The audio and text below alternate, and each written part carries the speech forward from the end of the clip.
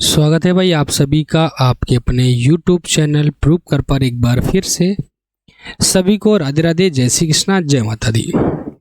जैसा कि आप लोगों को पता होगा कि आपकी जो ये क्लास से 5 बजे होती है, ठीक है, डेली। तो आज भी आपकी उसी टाइम से होने वाली है क्लास, लेकिन आज आपको क्लास मिलने वाली है रिकॉर्डेड। क्योंकि आपको बता दें कि जो आपकी क्लासें होती हैं, जिसमें आज आपकी हमने जो हिंदी की क्लास ले रखी थी, उस क्लास में हमने बहुत ज़्यादा टाइम दे रखा था आज की क्लास में, ठीक है। हिंदी की जो क्लास थी उसमें आपके जितने भी अति लघु उत्तरी क्वेश्चन थे, सारे के सारे एक ही क्लास में ख़त्म करवाए थे, ठीक है। उसके बाद जो आपका ये सामाजिक विज्ञान है और आपका पार्ट 4, वो भी आपका लघु उत्तरी का, ये आपकी लास्ट क्लास होगी SST सोशल साइंस सामाजिक अध्ययन की। इसके बाद इस क्लास में जो आपकी अगली क्लास होने वाली है, जो इस क्लास में आपकी अगली क्लास होगी 5 PM पर, ठीक है। अभी डेली 5 PM पर आपकी काय की होती थी, सामाजिक विज्ञान, ठीक है। कौन सी क्लास होती थी? सामाजिक अध्ययन,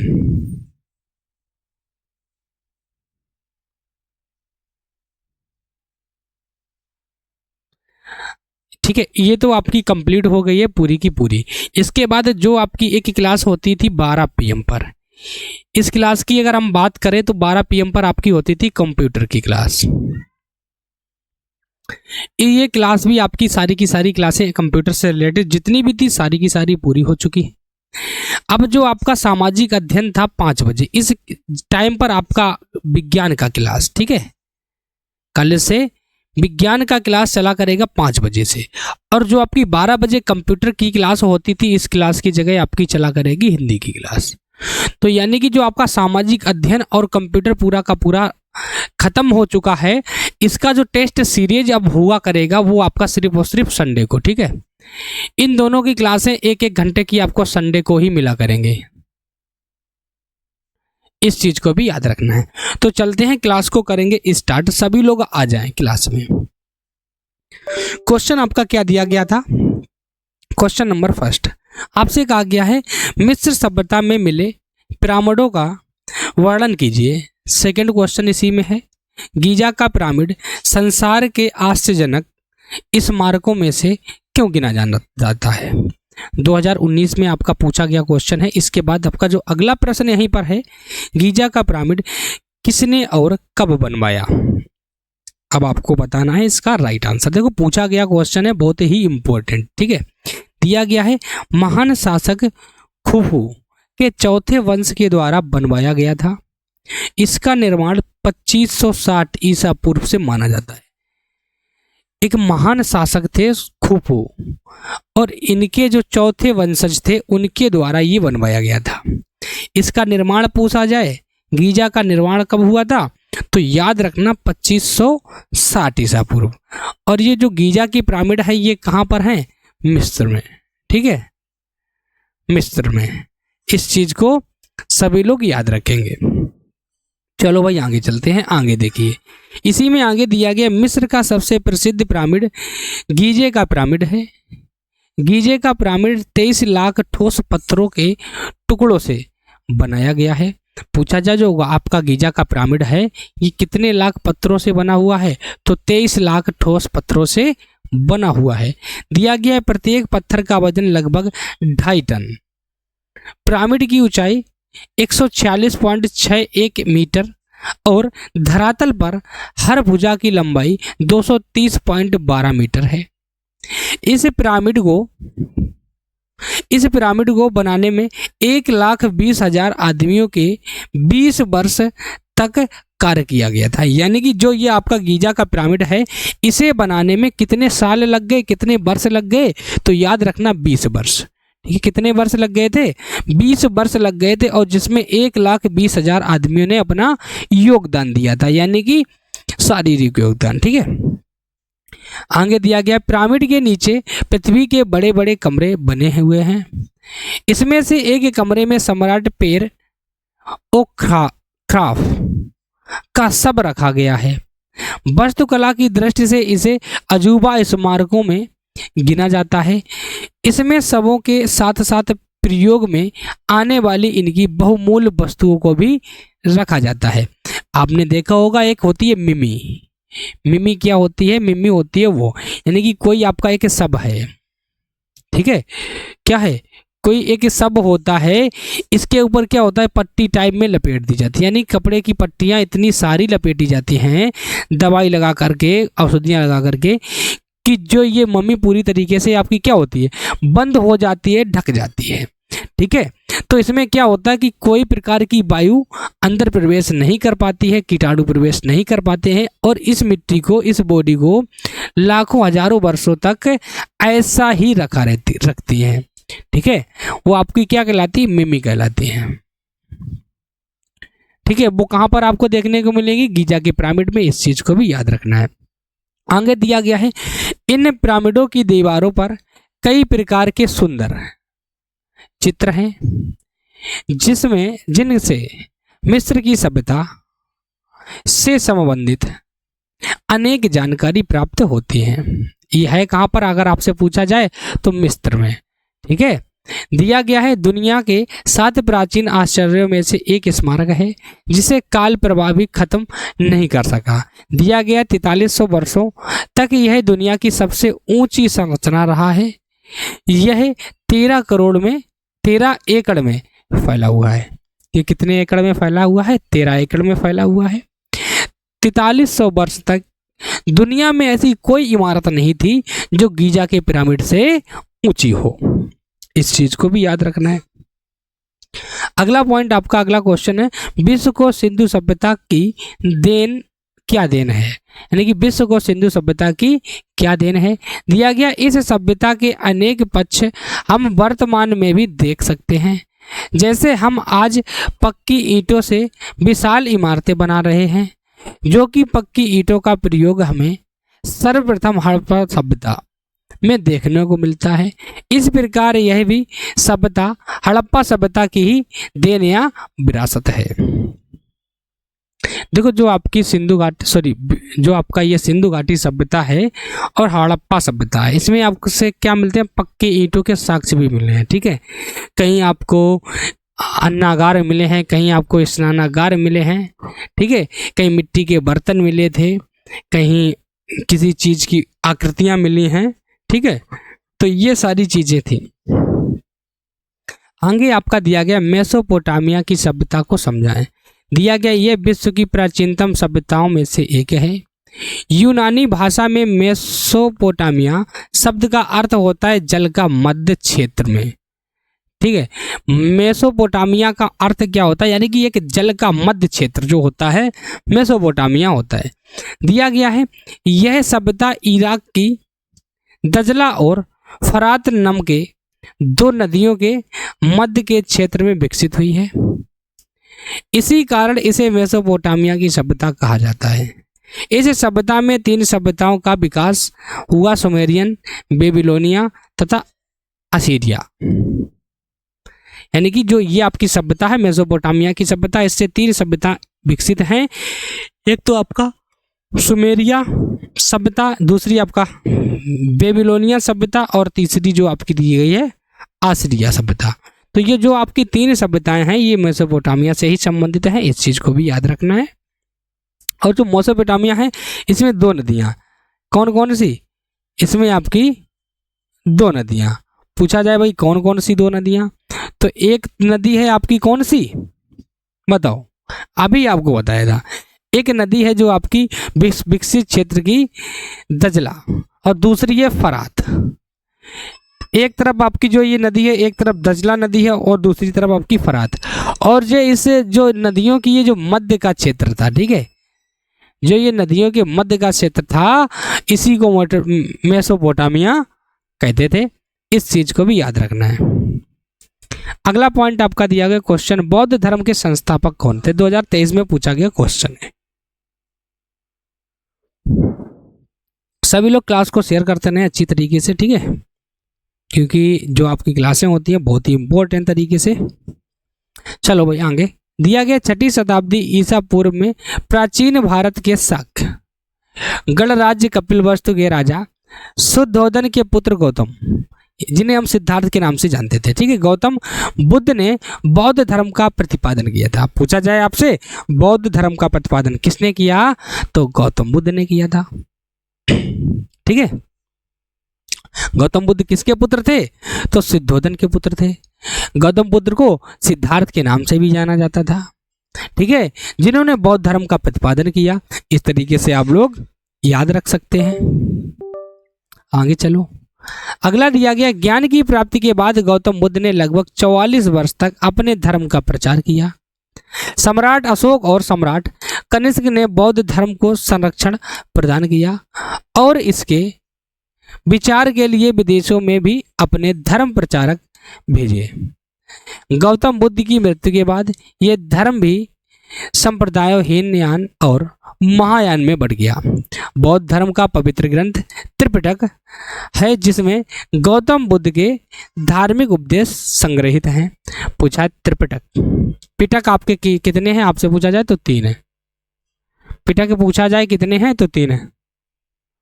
तो पूछा जाए कौन कौन से पिटक हैं, तो एक बार देख लीजिएगा। जो आपके पिटक हैं वो है आपके 3। एक होता है सुप्त पिटक,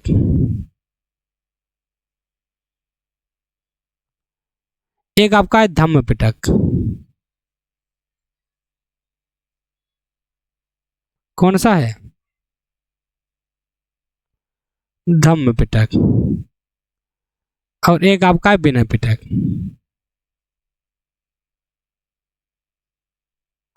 तो जो आपके पिटक हैं, पिटकों की संख्या कितनी है, 3। ठीक है, और जो आपका गौतम बुद्ध से रिलेटेड है वो क्या है, त्रिपिटक। ठीक है, इस चीज को भी याद रखना है। वही आपसे कहा गया, यानी त्रिपिटक है जिसमें गौतम बुद्ध ने धार्मिक उपदेश संग्रहित किए हैं। यानी बौद्ध धर्म में एक पवित्र ग्रंथ है त्रिपिटक, जिसमें गौतम बुद्ध ने क्या कहा है, अपने उपदेश दिए हैं। कैसे उपदेश, धार्मिक उपदेश। ठीक है, इस चीज को याद रखना है। आगे चलें, बताओ। एक बार सभी लोग शेयर कर दें क्लास को जल्दी से, जितना ज्यादा हो सके उतना ज्यादा शेयर कर दें। आगे दिया गया है, मौर्य साम्राज्य के पतन के कारण थे, उल्लेख कीजिए। दिया गया, वंशानुगत साम्राज्य तभी तक बने रहते हैं जब तक योग्य शासकों की कड़ी बनी रहती हो। अशोक के दुर्बल उत्तराधिकारियों के कारण दूरस्थ प्रांत स्वतंत्र होने लगे, पर देश पर विदेशी आक्रमण होने लगे। मौर्य साम्राज्य का पतन कैसे हुआ, जब तक भाई जो आप वहां के राजा थे, शासक थे, कैसे रहे, बताओ। आपसे कहा क्या गए, वंशानुगत साम्राज्य तभी तक बने रहते हैं जब तक योग्य शासकों की कड़ी हो। बिल्कुल सही बात है, जब तक योग्य शासक थे तब तक कैसा शासक चलता रहा, एकदम जटिल शासक चलता रहा। ठीक है, शासन। और जैसे ही आपके योग्य सारे के सारे शासक खत्म हुए, वैसे ही मौर्य साम्राज्य का पतन हो गया, यानी कि खत्म हो गया। दिया गया है आगे आपका, दिया गया धीरे धीरे साम्राज्य की शक्ति कमजोर पड़ती गई। और दिया गया, पुष्यमित्र शुंग जो मौर्य साम्राज्य के सेनापति थे, उन्होंने मौर्य साम्राज्य पर कब्जा कर लिया। इस प्रकार मौर्य साम्राज्य का पतन हो गया। ठीक है, एक जो आपसे कह जाए, पुष्यमित्र शुंग जो थे, ये मौर्य साम्राज्य के सेनापति थे। इन्होंने मौर्य साम्राज्य पर पूरा कब्जा कर लिया और मौर्य साम्राज्य का पतन हो गया। धूमकेतु क्या है, आपसे पूछा जाए तो बताओ। धूमकेतु हम पुच्छल तारा को बोलते हैं। एक तारा होता है पुच्छल तारा, इसे क्या बोलते हैं, धूमकेतु। दिया गया, धूमकेतु बहुत छोटे आकार के खगोलीय पिंड होते हैं जो दीर्घवृत्तीय कक्षाओं में सूर्य की परिक्रमा करते हैं।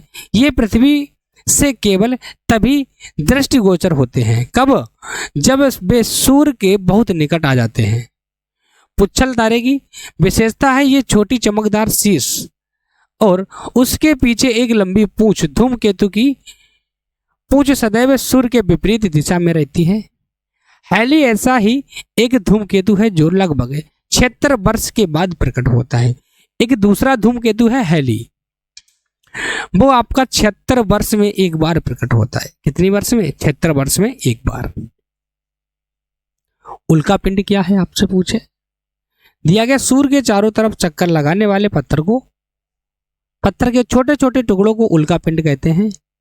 ये कभी कभी पृथ्वी के इतने निकट आ जाते हैं कि पृथ्वी के वायुमंडल के साथ रगड़कर जलने लगते हैं और जलकर पृथ्वी पर गिर जाते हैं। इस प्रक्रिया में चमकदार प्रकाश उत्पन्न होता है, इसी को हम उल्का पिंड कहते हैं। देखो भाई, जो उल्का पिंड होते हैं ये क्या होते हैं, छोटे छोटे टुकड़े होते हैं। अब इतने भी छोटे मत समझ लेना, कंचे समझ लो आप, है ना। उल्का पिंड के टुकड़े ऐसे थोड़ी ना होते हैं। तो जो टुकड़े होते हैं ये सूर्य के चारों ओर क्या करते हैं, चक्कर काटते हैं। कभी कभी क्या होता है, ये हमारे वायुमंडल में आ जाते हैं और रगड़ खा करके क्या करते हैं, जलने लगते हैं और जलने के बाद हमारी पृथ्वी पर आकर गिर जाते हैं। ठीक है, उन्हीं को हम उल्का पिंड कहते हैं। दिया गया दिन और रात होने का कारण बताएं। 2022 में पूछा गया क्वेश्चन है, देख लीजिएगा। आपसे यहां पर कहा गया पृथ्वी का जो भाग सूर्य के सामने पड़ता है वहां दिन, और जो भाग सूर्य के सामने नहीं पड़ता है वहां रात होती है। इस प्रकार पूरी पृथ्वी 24 घंटे में दिन रात का चक्र पूरा करती है, यानी हो जाता है। पृथ्वी के अपने अक्ष पर घूर्णन करने से दिन और रात होते हैं। जब पृथ्वी अपने अक्ष पर घूमती है, ठीक है, पृथ्वी तो 24 घंटे घूमती है, और जो वो अपने अक्ष पर घूमती है तो एक क्या होता है, पृथ्वी जब अपने अक्ष पर घूमती है, ठीक है, ये हमारा सूर्य है, तो जिस भाग पर सूर्य का प्रकाश पड़ता है, ठीक है, जिस भाग पर सूर्य का प्रकाश पड़ता है वो भाग पर क्या होता है, उस भाग पर दिन हो जाता है। और जिस भाग पर, इस भाग पर सूर्य का प्रकाश नहीं पड़ पाया तो यहां पर आपका क्या होगा, रात होगा। अब जब ये पृथ्वी अपने अक्ष पर एंटी क्लॉकवाइज ना घूम के अपने क्लॉकवाइज घूमती है, ठीक है, तो ये जो होगा आपका भाई रात में परिवर्तन हो जाएगा, और जो आपका रात वाला है क्लॉकवाइज घूमेगा ये काहे में परिवर्तित हो जाएगा, आपका दिन में परिवर्तित हो जाएगा। ठीक है, तो इसी तरीके से आपका दिन और रात होता है।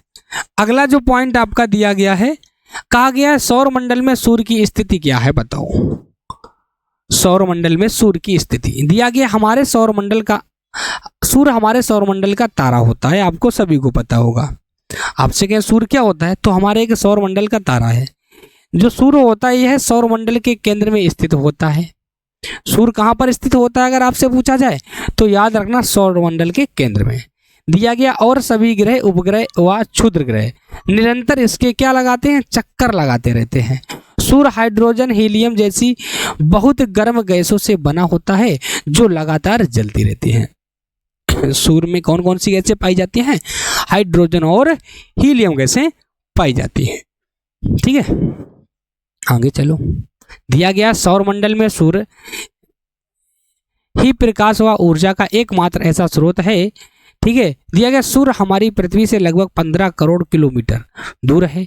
इस कारण इसका प्रकाश लगभग 8.3 सेकेंड है, 8.3 मिनट में पृथ्वी तक पहुंचता है। दिया गया प्रकाश की चाल 3 लाख किलोमीटर प्रति सेकेंड होती है, और जो सूर्य है कितनी दूर है, 15 करोड़ किलोमीटर। ठीक है, कितनी करोड़ किलोमीटर, पृथ्वी से 15 करोड़ किलोमीटर दूर है। इस चीज को याद रखना है। आगे चलें। ग्रह और उपग्रह से आप क्या समझते हैं, स्पष्ट कीजिए। तो दिया गया है जो आपका ग्रह होता है वह खगोलीय पिंड है जो सूर्य की परिक्रमा निश्चित पथ पर करता हो और दूसरे ग्रह की कक्षा का अतिक्रमण ना करे, वह आपका क्या होता है, ग्रह होता है। और जो उपग्रह होते हैं वह खगोलीय पिंड है जो ग्रहों के चारों ओर उसी प्रकार परिक्रमा करता है जिस प्रकार एक ग्रह सूर्य की परिक्रमा करता है। देखो, जो ग्रह होते हैं वो सूर्य की परिक्रमा करते हैं और निरंतर अपनी ही कक्षा में। उपग्रह वे होते हैं जो ग्रहों की परिक्रमा करते हैं निरंतर एक ही परिक्रमा में। ठीक है, तो इस तरीके से हम याद रख सकते हैं। जो आपका अगला पॉइंट दिया गया, मानचित्र क्या है, मानचित्र के 2 उपयोग लिखने हैं। तो दिया गया है मैप। दिया गया है मैप जो है आपका किस भाषा का शब्द है, आपसे कहें तो मैप आपका लैटिन भाषा का एक शब्द होता है। दिया गया है मैप को मैपा भी कहते हैं, मैपा से बना है आपका मैप। दिया गया मैपा का अर्थ होता है कपड़े का रुमाल। मैप शब्द मैपा का ही बदला हुआ रूप है। प्राचीन काल में मानचित्र कपड़े का पर ही बनाया जाते थे। यानी कि अब हम समझ सकते हैं मैपा क्यों कहा जाता था, क्योंकि जो प्राचीन काल में मैप यानी कि जो नक्शे हुआ करते थे वो किस पर बनाए जाते थे, कपड़े पर। और कपड़े को हम लोग क्या बोलते थे, मैपा। जो कपड़े पे बना हुआ मैप होता था उसे हम बोलते थे मैपा। और मैपा से ही क्या बन गया, मैप बन गया। यानी कि हमारा पा जो था साइलेंट हो गया, तो हमारा क्या बचा, मैप ही बचा। इस चीज को याद रखना है। आगे चलें। दिया गया मार्शल द्वीप के निवासी टहनियों, ताड़पत्रों तथा सीपों द्वारा मानचित्र बनाते थे। मिस्र वासियों ने भौगोलिक जानकारी प्राप्त करने के लिए मानचित्र बनाया प्रारंभ किया। यानी कि कहाँ के जो मिस्र के निवासी थे उन्होंने क्या किया, मानचित्र की जानकारी लेना शुरू की और मानचित्र को बनाना प्रारंभ किया। इसके अतिरिक्त प्राचीन काल के भारतीय, चीनी एवं यूनानी मानचित्रों का भी उल्लेख आता है। और अब याद रखना है सभी लोग, आपसे पूछा जाए मैपा क्या है तो आप लोग बता सकते हो मैपा यानी कि प्राचीन काल में मैप, क्या मैपा को ही मैप कहते हैं। ठीक है, मैपा क्या है, तो प्राचीन काल में मैप को हम लोग क्या कहते थे, मैपा। और जो आपका मैपा होता था ये सूती वस्त्रों का बना होता था, इसीलिए मैप को मैपा कहा जाता था। आगे दिया गया है, साधारण भाषा में पृथ्वी या उसके किसी भाग का समानुपातिक प्रदर्शन मानचित्र कहलाता है, जिसमें मापक और दिशा दोनों ही प्रदर्शित की जाती है। मानचित्र कागज, कपड़ा, ताम्रशीट आदि पर बनाया जाता है। मानचित्र पर केवल लंबाई और चौड़ाई के विस्तार को ही प्रदर्शित किया जाता था। जो आपका मानचित्र होता था कपड़े का हो, कपड़े पर प्रदर्शित हो, ताम्रशीट पर प्रदर्शित हो, कागज पर हो, है ना, इन चीजों पर बनाया जाता था। ये तो भाई सभी को पता है। आगे चलें। अक्षांश व देशांतर रेखाओं में अंतर स्पष्ट करें, आपसे पूछा गया। अक्षांश रेखा किसे कहते हैं, तो कुछ रेखाएं दोनों ध्रुवों को मिलाती हुई अर्धवृत्ताकार बनी होती हैं। इन्हें देशांतर, लैंगिट्यूड कहते हैं। इसी प्रकार कुछ रेखाएं पूर्व से पश्चिम या बड़ी रेखाएं बनी होती हैं, इन्हें अक्षांश, लैटिट्यूड और एटीट्यूड, ठीक है, बोलते हैं। आगे चलें। दिया गया, इन्हीं रेखाओं की सहायता से हम पृथ्वी पर स्थित विभिन्न स्थानों की सही स्थिति बताते हैं। जैसे आप अपने गांव के नक्शे में अपने खेत की स्थिति व सीमा को नक्शे पर बनी रेखाओं की सहायता से जानते हैं। अगर ग्लोब और मानचित्र पर ये रेखाएं ना बनाई जाएं तो हम पृथ्वी पर स्थित स्थानों की सही स्थिति नहीं बता पाएंगे। बिल्कुल सही बात है। अगर आपसे कहें मैप में आपके गांव का नक्शा हो, वहाँ पर एक भी सड़क ना हो, ठीक है, सिर्फ ऐसा बता दिया जाए भाई ये आपका गांव है, तो इससे क्या आप पता कर लोगे ये हमारा गांव है, नहीं कर पाओगे ना। वहाँ पर सड़क भी होगी, यहाँ पर तालाब होगा, है ना, इधर स्कूल भी होगा, इधर घर भी बने होंगे, है ना, खेत भी होंगे। तो इसके ये सारी चीज़ें क्या हैं, यानी कि ये अपने खुद को दर्शाने के लिए, यानी कि खुद की जानकारी के लिए, दूसरों की जानकारी के लिए इन चीज़ों को दर्शाया जाता है, जिससे हमें किसी चीज़ को समझने में दिक्कत ना हो। ठीक है, आगे चलें। चलो भाई, इतने ही क्वेश्चन थे, सारे के सारे क्वेश्चन निपट गए। ठीक है, और डेली के डेली आया करें क्लास में। आपकी जो डेली क्लास होती थी, ठीक है, डेली जो आपकी ये क्लास होती है 5 बजे, और आज ये आपकी लास्ट क्लास थी। अब इस क्लास की जगह पर जो आपकी डेली क्लास होने वाली है वो काहे की होगी, साइंस की। ठीक है, साइंस की क्लास होगी कल 5 बजे, आपकी साइंस की फर्स्ट क्लास होने वाली है। और इस क्लास में अगर हम बात करें तो आपके अति लघु उत्तरी, ठीक है, कौन से, अति लघु उत्तरी प्रश्न आपको मिलने वाले हैं। जितने भी क्वेश्चन होंगे, आपका सीरीज की बात करें, पवन सीरीज हो गया, और राजन हो गया। इन दोनों सीरीजों से आपके क्वेश्चन लेके आएंगे, ठीक है। ऐसा नहीं है कि सिर्फ हम आपको पवन ही पढ़ाएं, राजन से भी पढ़ाएंगे।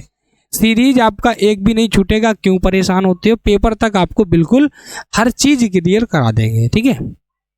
और आपको बता दें, जिसको सीटेट हिंदी पढ़ना हो, सीटेट हिंदी डेली 10 AM पर आपकी क्लास चलती है, ठीक है। डेली चलती है 10 AM पर। तो इस क्लास में भी सभी लोग आया करें। 10 AM पर डेली आओ, डेली आपकी क्लास होती है, बहुत ही इंपॉर्टेंट क्लास है, तो सभी को आना होगा।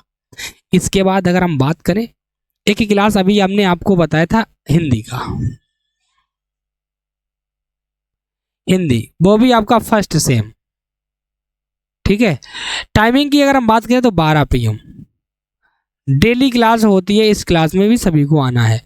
तो अगर हम क्लास की बात करें, 2 और आपकी 4 क्लासें हम डेली लिया करते हैं, जिसमें एक आपका हिंदी का क्लास हो गया, एक आपका हिंदी सीटेट का क्लास हो गया, इसके बाद एक आपका साइंस का क्लास हो गया, और इसके बाद अगर हम बात करें एक आपका सोशल साइंस का हो गया। अब यहाँ पर आपका जो सब्जेक्ट रह जाएगा, उस क्लासों को भी हम भाई आगे पीछे करके सारी की सारी क्लास लिया करेंगे, परेशान मत होइएगा। अब हम चलते हैं, क्लास को करेंगे एंड और फिर मिलेंगे नेक्स्ट क्लास में। तब तक के लिए सभी को राधे राधे, जय श्री कृष्णा, जय माता दी। सभी को बाय बाय, टेक केयर, सभी को थैंक यू। और चैनल पर अगर नए हो तो चैनल को सब्सक्राइब जरूर करें। धन्यवाद।